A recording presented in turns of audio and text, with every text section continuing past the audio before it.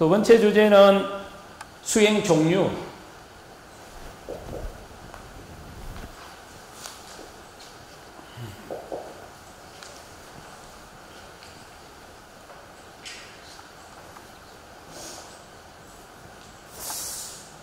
그러겠죠? 두 번째 주제는 수행 종류. 첫걸음을 잘 떼야 됩니다. 우리가 세속에 있을 때는 불교 쿠면 뭐 전부 똑같을 것 같고, 절 쿠면 똑같을 것 같죠.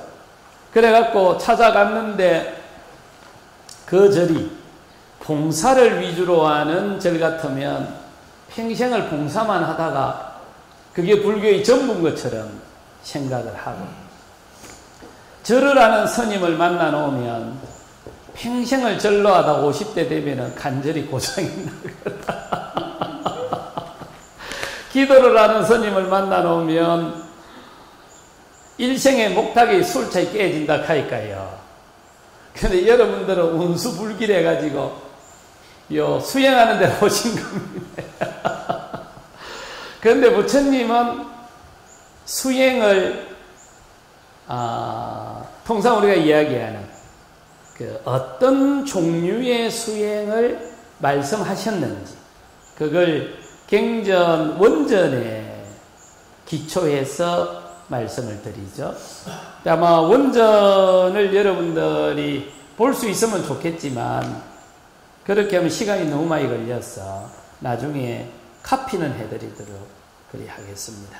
일단 부처님이 설한 니까야, 통상 우리가 아항경이라고 알려져 있죠. 그 아항경에 나오는 수행의 종류들에 대해서 말씀드리고 그 중에 우리가 익혀야 될 것에 대해서 살펴보도록 하죠. 첫 번째, 사띠 수행이 있습니다. 한문으로는 염이라고 표현을 하죠. 번역할 적에. 그런데 이거는 최근에는 이빠사나라고 많이 알려져 갖고 있습니다. 부처님은 이 두 용어를 같이 썼는데 주로 이빠사나를 한 번 쓰면 사띠라는 용어는 20번 정도 썼습니다. 그러니까 부처님이 살아 계실 때 간간히 이빠사나라는 용어를 쓰셨고 주로 당신의 수행을 설명할 적에는 사띠 또는 쌈빠자나 이런 용어를 많이 썼습니다. 그런데 부처님이 인멸하시고 나서 이빠사나라는 용어를 불교도들이 더 선호를 해버린 겁니다. 그러다 보니까 요즘은 이빠사나라는 용어를 많이 쓰는데 원전을 보면 부처님은 사띠라는 용어를 더 많이 드러난 빈도가 더 많이 등장하는 걸 볼 수가 있습니다. 요 이빠사나는 한문으로 번역을 할 적에 관어로 번역이 됩니다. 그래서 통찰 이런 표현을 많이 썼었고 나중에 1130년 무렵에 중국에서는 요볼간자를 쓰기도 했습니다. 요볼간자를 쓰게 되면 나중에 이제 화두선 이렇게 갈 적에 쓰지게 됩니다.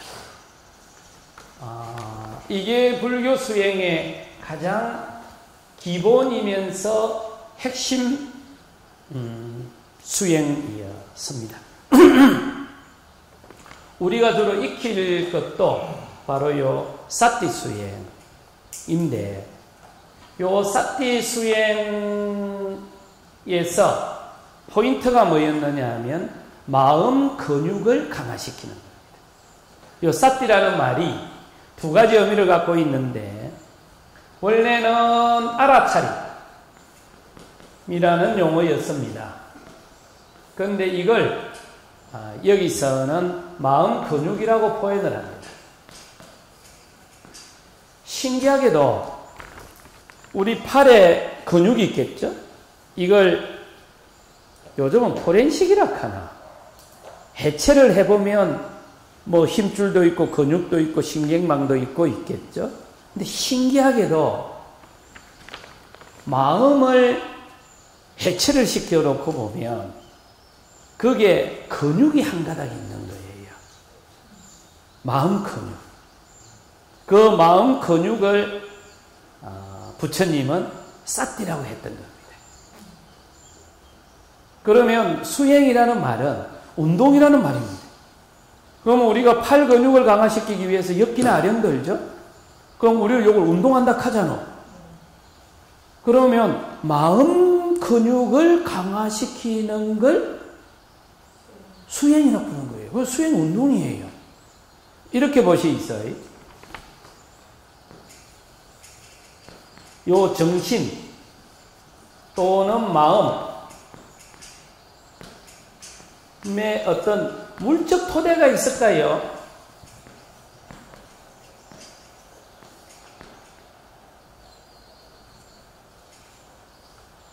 몸이 작동을 하면 의식이 나오겠죠. 그러면 요 몸은 정신을 일으키는 물적 토대가 되죠. 그러면 이 몸이 작동되는 걸 우리가 현재 가장 많이 일상적으로 이해되는 게 뭐죠? 뭐 뇌과학이라든지 신경과학이라든지 뭐 인체과학이라든지 이런 표현 쓰죠. 그럼 혹시 여러분들이 시중에서 뭐 신경전달이 물질이 수행을 하니까 신경전달 물질이 어찌 됐다는 둥, 수행을 하니까 뇌가 어찌 됐다는 둥, 수행을 하니까 몸이 어찌 됐다는 둥, 이런 말은 마음이 아닙니다. 착각하지 마이소이. 마음을 일으키는 물적 토대예요. 그러면 지금 우리 주변에 있는 많은 뇌과학자들이나 또는 뭐 수행을 하거나 또는 미국 같은 데 가서 뭐 명상 같은 걸 배워온 사람들이 온갖 이야기를 다 하는데 가만히 듣고 보면 저 사람이 지금 마음에 대해서 이야기를 하나? 마음의 물적 토대에 대해서 이야기를 하나? 이게 이제 보는 눈입니다. 그러면 신경전달 물질이 어떻다는 둥, 뇌 구조가 어떻다는 둥, 이런 것들은 물적 토대를 분석해 본 거죠. 그러면 그게 작동돼서 나오는 마음 자체를 분석해 보면 어떨까? 지금 요 이야기를 하고 있는 거예요. 요 헷갈리면 안 됩니다. 그러면 뇌가 입체 구조로 되어 있죠. 여러분의 몸도 입체 구조로 되어 있죠. 그럼 의식은 평면 구조일까? 전부 흩어져 있을까? 의식은 들어가 보면 다 입체 구조 아닐까? 들어가 보라 카이요. 입체 구조라 카이. 이 부처님이 이걸 처음으로 본 거예요. 그리고 지금 전 세계적으로 이 말을 지금 제가 처음 하는 겁니다. 여기서 지난 20년 동안 줄기차게 이 이야기를 지금 하고 있는 거예요. 인자 요 이야기를 알아듣는 사람들이 등장을 하기 시작했다. 한국 사람들이 아니고 서양 사람들이. 걔들이 이해를 하면 훨씬 더 논리적으로 접근이 잘 됐기라고 보고 그 준비를 지금까지 해가 왔었죠. 그러니까 간혹 우리가 마음이나 수행을 이야기하거나 명상을 이야기하는 사람들이 뭐 뇌과학이 어떻고 신경전달의 물질이 어떻고 뭐가 어떻고 싸우며 말을 잘 알아들을 수 있어요. 마음을 일으키는 물적 토대에 대해서 지금 이야기를 하는 거지 마음 자체를 이야기하는 건 아니다 저게. 그런데 어쨌든 몸이 있어야 마음이 있어요. 밀접하게 연관이 돼 갖고 있는 것은 사실이지만 또 따로 움직이는 것도 사실이에요. 연관도 돼가 있지만 반드시 연관만 지어가지고 접근하기에는 너무나 변수가 많은 거예요. 그래서 여기서는 뇌가 어떻다는 둥, 신경과학이 어떻다는 둥, 요 부분으로 들어가는 게 아니고 그것이 작동돼서 나오는 현상, 이 마음에 대해서 지금 보자라는 겁니다. 참고로 하나 더 말씀드리면 불꽃 있죠. 라이터나 촛불 켜면 불꽃 켜죠, 그죠? 요게 기체일까? 고체가? 액체가? 아직 현대 물리학은 불꽃에 대한 정의를 못하고 있습니다. 지금 우리가 뭐 핵물리학이니 나노니 뭐 온갖 이야기를 다 하는데 불꽃에 대한 뭐 현대 물리학적 입장이든 고전 물리학적 입장이든 정의를 못하고 있다 카이요. 우리가 확실히 정의를 많이 한 거 같는데 뭐 화성도 가고 뭐 우주를 벗어나고 온갖 걸 다 한 거 같는데 불꽃을 한번 정의를 해보시겠어. 이게 고체 같기도 하고 액체 같기도 하고 기체 같기도 하고 뭐 플라즈마니 온갖 이야기를 다 하는데 현대 물리학적으로 정의를 못해요. 그래서 어떻게 정의를 하느냐 하면 불꽃이라는 현상이 있다. 그리고 우리는 그 불꽃이라는 현상을 경험하고 있다. 이렇게밖에 정의를 못해요. 그러면 마음도 마찬가지일까요? 우리가 마음에 대해서 친한 부처님 이래요. 부처님 이전에는 마음에 대해서 말한 사람이 별로 없습니다. 그리고 불교가 중국으로 오기 전까지는 중국에도 마음에 대해서 이야기한 자료가 별로 없습니다. 거의 단편적이고. 그런데 인류 역사상 우리가 확인할 수 있는 모든 텍스트에서 문자적으로 확인할 수 있는 데서 마음에 대해서 가장 종합적이고 확신 있게 그리고 구체적으로 말씀을 한 분이 부처님이에요. 최초로. 그리고 아직까지 거기까지 간 단계는 아무도 없고 프로이드도 부처님을 불교를 배워갖고 그걸 약간 비틀어갖고 표현을 한 거예요. 자, 그러면 우리가 어쨌든 여러분들이 말을 하거나 생각을 하거나 이런 정신적인 현상은 분명히 있죠. 없는 건 아니지 않습니까? 분명히 있는데 이게 아직까지 정의가 안 되는 겁니다. 그 현상을 우리가 경험은 하고 있죠. 짜증나고 있지 않습니까? 그 짜증이 고체가? 기체가? 액체가? 불꽃하고 비슷한 거예요. 뭐라고 정의는 할 수 없지만 분명히 그 현상은 있고 화가 났을 때 우리는 그 현상을 분명히 경험하고 있지 않습니까?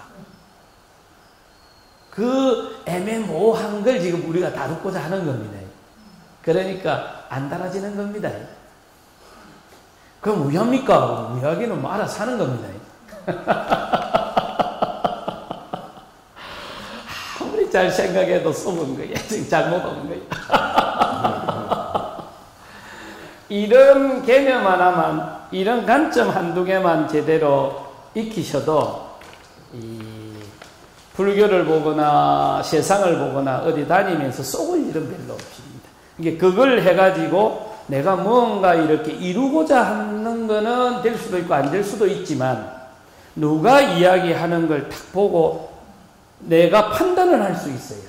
아, 저게 제대로 이야기하는 건가 안 되는 건가. 우리는 그 판단도 안 되니까 지금까지는. 두 번째 수행, 순양. 이걸 한문으로 번역을 하면서 공이라고 했습니다. 비우는 거죠. 그럼 어디서 뭘 비우죠? 내용은 차치하고 마음 공간에 들어있는 뭔가를 비우는 겁니다. 이게 이제 비우는 수행인데 두 가지를 보는 겁니다. 하나는 마음 공간이라고 하는 특정한 공간에 욕망이나 분노나 편견과 같은 노폐물이 들어있을 때 그 마음 오염원을 비워내는 거예요. 두 번째로는 그 존재 자체가 실체가 없어 이렇게 보는 겁니다. 그러면 실체 없음 요 말은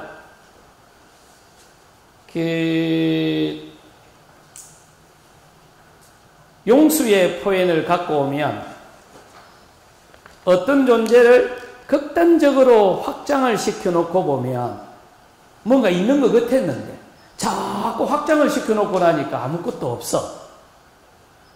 다른 표현을 빌리면, 부처님의 표현을 빌리면 모든 존재는 관계를 맺고 있어. 그래서 고정된 실체가 없어.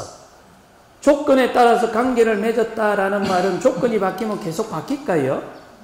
요걸 연기라고 표현했을까요? 실체 없음, 요 말은 무아라고 해도 될까요? 이렇게 해가지고 하는데, 요 말은 존재를 바라보는 관점이죠. 철학 관점. 그러니까 특정한 공간에, 지금 이 공간에 사람은 있고 스님은 있고 수행자는 있지만 개나 소나 말은 없어. 요 말을 공이라고 표현해도 되고, 지금 스님이 말씀하는 그런 존재들은 현상은 있는 것 같지만 궁극적으로 확장을 시켜놓고 보면 실체가 없고, 특정한 조건 속에서는 존재하지만 조건이 바뀌면 존재하지 않는 겁니다. 이렇게 해도 공이고. 그런데 우리가 알고 있는 공은 존재를 바라보는 관점에 중점을 많이 둔 겁니다. 그런데 부처님 당시 때는 마음을 비와 이런 표현을 쓸 적에 공이라는 용어를 많이 썼습니다. 그리고 나중에 육조 해능도 구체적으로 공수행이라는 표현들을 쓰니까 공수행 요 말은 부처님이 만든 겁니다. 그래서 중안경에 보면 공수행이라는 아예 한 차트가 있습니다. 요 공수행은 우리가 수행하는 이 워크숍에서는 기술을 말씀드리지 않게 될 겁니다. 세 번째로 뿐냐, 요거는 채우는 수행입니다. 이제 반대로 혹시 여러분들은 절에 오면 마음을 비우라는 소리를 많이 듣죠?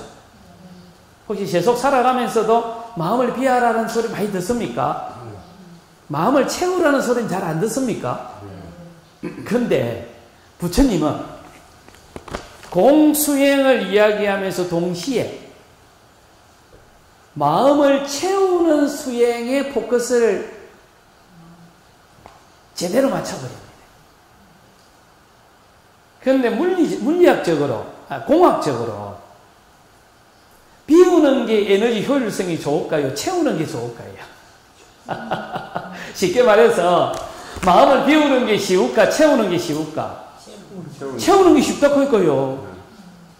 그리고 비움은 채움으로 완성되는 겁니다. 이게 인도 사람들이 어떻게 말장난을 하느냐 하면 물은 유로 증명을 한다 이러거든요. 그때 말장난은 인도 사람을 못 당한다. 이게 어떻게 하느냐 하면 요 통이 아무것도 없이 비어 있잖아요. 아무것도 없죠. 아무것도 비어 있다라는 겁니다. 아무것도 없잖아요. 아무것도 없는 게 있는 거죠, 그죠? 뭔 소리인지. 그러니까 비어 있다라는 겁니다. 아무것도 없는 상태로 있어. 그러니까 비움은 채움으로 완성을 시키는데, 그럼 내 마음 공간 속에 분노가 있어. 화가 막 일어나. 사티 수행은 화를 알아차림하면 되거든요. 공수행은 화를 비워내라는 거거든요. 또는 화가 실체가 없어라고 인식을 하라는 거거든요.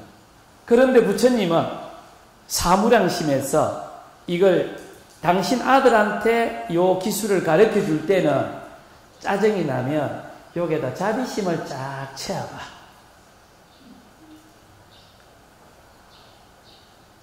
마음이 불편하면 아주 기뻤을 때를 채워봐.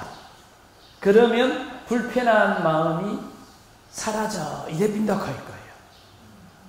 그러니까 분노가 일어날 적에는 마음의 자비심으로 채워버려. 그러면 분노가 빠져나가. 이걸 다른 차원에서 보면 분노가 빠져나가는 차원에서는 비움이지만 자비심의 마음에서는 채움이잖아. 이게 자비희사 이래가지고 우리가 불교 교리를 막 이야기하는데 이게 채움으로써 비움을 완성시켜 하는 공수행. 공수행은 만수행하고 한 세트예요. 어느 측면에서 설명할 거냐에 따라서 달라지는데 이게 중앙경에 그대로 나온다. 그리고 부처님이 특히 당신의 아들한테 이 수행을 집중적으로 가르쳐 준다. 아버지 잘 만나야 돼. 네 번째로는 메타 수행. 통상 자수행이라고 하죠. 자비이상, 자비가. 사티 수행이 마음 근육을 강화시키고 공수행이 마음 공간을 채우고 비우고 공수행이 마음 공간에 존재하는 마음 오염원들을 비우고 만수행이 마음 공간에 맑은 향기를 채우자. 라면 그렇게 채운 내 마음 공간 속에 가득 찬 마음의 향기를 인연 있는 사람에게 보내주자. 이걸 내만 하지 말고. 이게 메타 수행입니다. 이건 다른 사람에게 보내주자. 마음의 향기를. 그리고 다섯 번째로는 빠ඤ냐 수행. 통상 우리가 지혜라고 하죠. 근데 이거는 수행이라기보다는 우리가 알고 있는 알을 성숙시키는 수행이죠. 우리가 뭔가 이렇게 알 적에 지금 우리가 하는 방식으로 책상에 앉아서 막 고민해가지고 분석하고 사유하고 논리적으로 짜맞춰갖고 알게 되는 것도 있죠. 근데 수행을 하면서 배나 발로 보거나 화두를 잡고 하거나 뭔가 수행을 하는데 맞네, 그때 내가 그래야 됐네 하고 이런 깨침도 일어나던가요? 일어나더만. 옛날 어른들은 이걸 갖다가 바보 도 터지는 소리 난다 했지 않습니까? 그런 깨침도 일어나는데 그런 깨침들을 빠ඤ냐라고 했던 겁니다. 일종의 깨침이죠. 내가 기존에 알고 있었던 알미, 새로운 알므로 바뀌게 하는 거죠. 그런데 이거는 어떤 의미에서는 수행이기는 한데 결과물입니다. 결과로 나오는 거지 특별한 기술이 있는 건 아닙니다. 왜냐하면은 빠ඤ냐 수행을 하기 위해서는 분석하는 기술을 걸지 마 이렇게 부처님이 딱 규정을 해놨습니다. 그 분석하는 기술, 사유하는 기술은 세속에서 해도 돼. 여기서 수행처에서 하는 기술은 분명히 지식을, 알을 습득하고 성숙시키는데 어떤 방식으로 성숙시키느냐 하면 직관의 방법으로 성숙을 시켜라. 직관의 방법이라는 게 분석하지 않고 사유하지 않는 겁니다. 그럼 어떻게 합니까? 그냥 배만 보고 발만 보는 겁니다. 그래도 우리 마음 공간 속에 이미 저장되어 갖고 있는 지식이 의식 공간 속에서 숙성이 된다 카이까요. 냉장고에만 넣어놔도 숙성되던가요? 된다 카이. 우리들 마음속에 있는 그 수많은 지식들이 우리들 의식 공간 속에서 특정한 조건이 갖추어지면 이게 성숙이 돼요. 그런데 우리 마음 공간 속에 특정한 조건이 여러 가지 조건이 있지만 그 중에 압력을 가하는 거예요. 지금 여기에 사람들이 흩어져 있죠.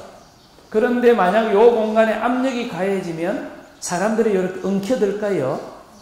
엉켜들겠죠? 그러다가 뭐 거품도 빠지고 그러지 않겠습니까?